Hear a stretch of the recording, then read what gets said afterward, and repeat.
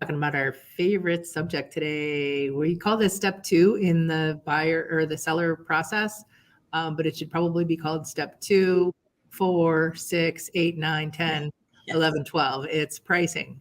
So we usually price with a process. Obviously, everyone's familiar with a basic CMA. We like to go a little deeper. We tend not to do a traditional addition, subtraction for minor items, but try to get an overview of where the range is. And then maybe zero in on those specific items that are going to matter to buyers when we get close. We're not really trying to do an appraisal. We're trying to get market value. And so we don't really get bogged down in a lot of specifics, especially early on in the process. So hopefully, none of you are that agent who comes in, does a bunch of math calculations, and then says, "This is exactly how much your house is worth," because that's not how it works. And what Ruth and I kind of have started to do, or have been doing for quite a long time, I shouldn't say start, is that we don't, back in the day when I first started, I would come with my packet of my CMA and go, here you go, to the seller the first time I'm walking into their house. I don't know what the condition of their house is. Now I just told them that their house is worth $30,000 more than it actually is, because I didn't realize that We had to walk that back more than once in those early days. Yes, the cabinets were useless, and oops, they don't have central air, and I didn't know that. Bad. Something that's very standard around here that would or could affect, the price. So now we, it's kind of an initial thought, walk through and chatting and getting all the information, and then we follow up with a very comprehensive walkthrough of what we found based on what we now know about the house. We also often don't know what their timeline really is until we have that conversation. So they might we have a questionnaire that they fill out early on. And they might put, that they want to be out of their house in 30 days. Oh, okay. Well, we need a price right now, right? Then we get there and they're like, well, no, I mean, the kids aren't in school until, and then we have something else that we want to stay for. And so we're probably looking at about 4 or 5 months from now. Well, I don't know about you, but if I could forecast our local market 4 or 5 months from now, I would be so freaking rich. I'd also be probably betting on ponies instead of real estate. But so don't set the incorrect expectations with sellers that how much their house is going to sell for in the future. Oh man, we've both seen, Danielle and I have both seen what is obviously someone who went in 3 months ago, put a price on the house, the market changed drastically, and they just went with the price that they came up with in their original CMA. Yep. I see it all the time in my neighborhood. It drives me insane. Yep. Houses being listed for what was going on several months ago, not even taking into consideration that something, the same just sold $20,000 more. Yep. And so you have this really kooky market, and then you have, buyers don't understand that. They're like, well, this is what they're asking. That must be what they want. And then why is the house around the corner so much more? Well, because it's actually priced accurately. Then we have the limbo time, that underpriced house goes under contract. It's got to be for a lot more than it's listed for, but we don't find that out for 45 days. So everything in between is going to languish and skew it, be confusing and skew it. And there's no guarantee depending on the price range. Yeah. If we're talking about $10,000 difference in for a house that's $400,000, okay, some of those buyers might be able to make that. But if you're listing a house that's worth 170 and you're putting it for 150, the people going into it might only be able to afford $150,000. They might already be at the top of their price range, and an extra $10,000 or $20,000 is huge. And so if you're getting a whole bunch of people, you're going to get, yes, maybe there might be one or two buyers who do come in super strong, go, wait, why wouldn't I offer 170 or 180? But overall, I think that's, not a great strategy. Not a great strategy. And you probably don't get the best price for your sellers. So that's really a violation of the code of ethics.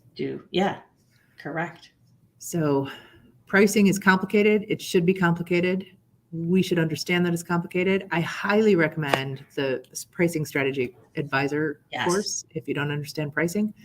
Somebody the other day in a Facebook book group just put up, there's no such thing as price per square foot, and got a whole lot of pushback from agents who are convinced that price per square foot is how you price a house. So if that's you, you need to educate yourself, find out a little more about how it's actually done, and understand. I came up with, I thought it was a brand new, unique idea. I shared it with Danielle. She thought it was brilliant. And then somebody on that thread said exactly the same thing. So we do not price cars by the pound. Otherwise, my old Volkswagen Atlas would be worth a hell of a lot more than a Lamborghini, and it ain't. Housing works the same way. Absolutely. It's complicated, as Facebook would say. Right.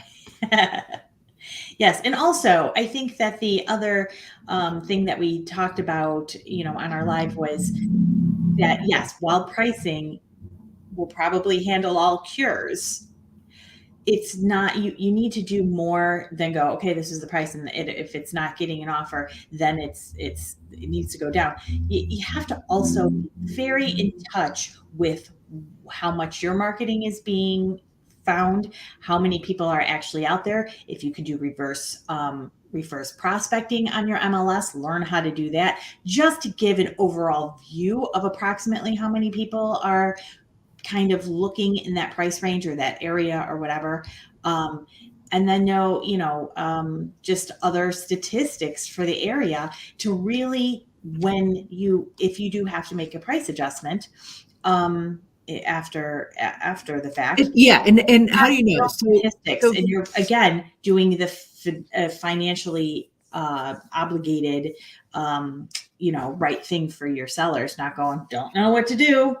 You should be quoting the statistics of what's happening in the neighborhood, as Danielle says. You should be watching and watching daily what's going under contract, what's not going under contract, what's coming on the market, how does it compare, what are buyers looking at, and what are they thinking as they're looking at these things.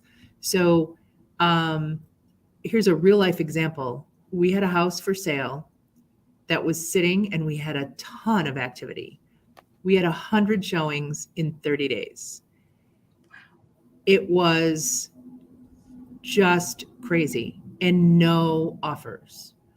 And so I'm looking in the MLS, my seller's going crazy. She was a little high strung anyway. And so she was super nervous. Every showing had her in a tizzy. So 100 times I had to take phone calls.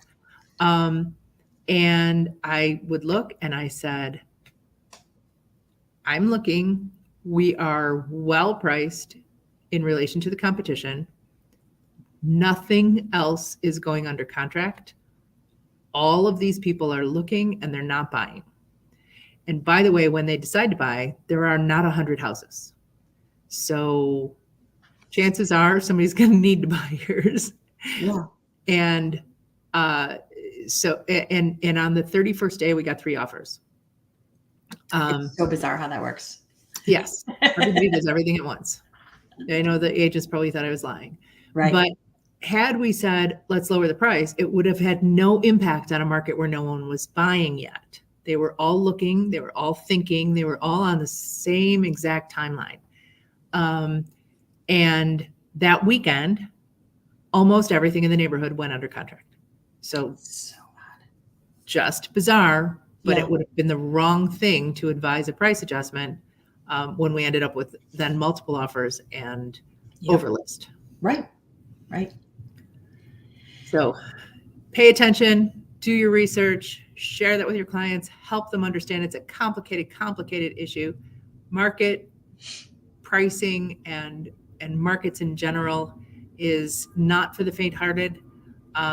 If you are an agent and you think that it's difficult for you and easy for everyone else, understand that means you're doing it right and they're probably not.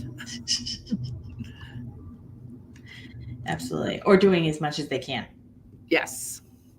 So we will see you next week. Take care. Bye-bye.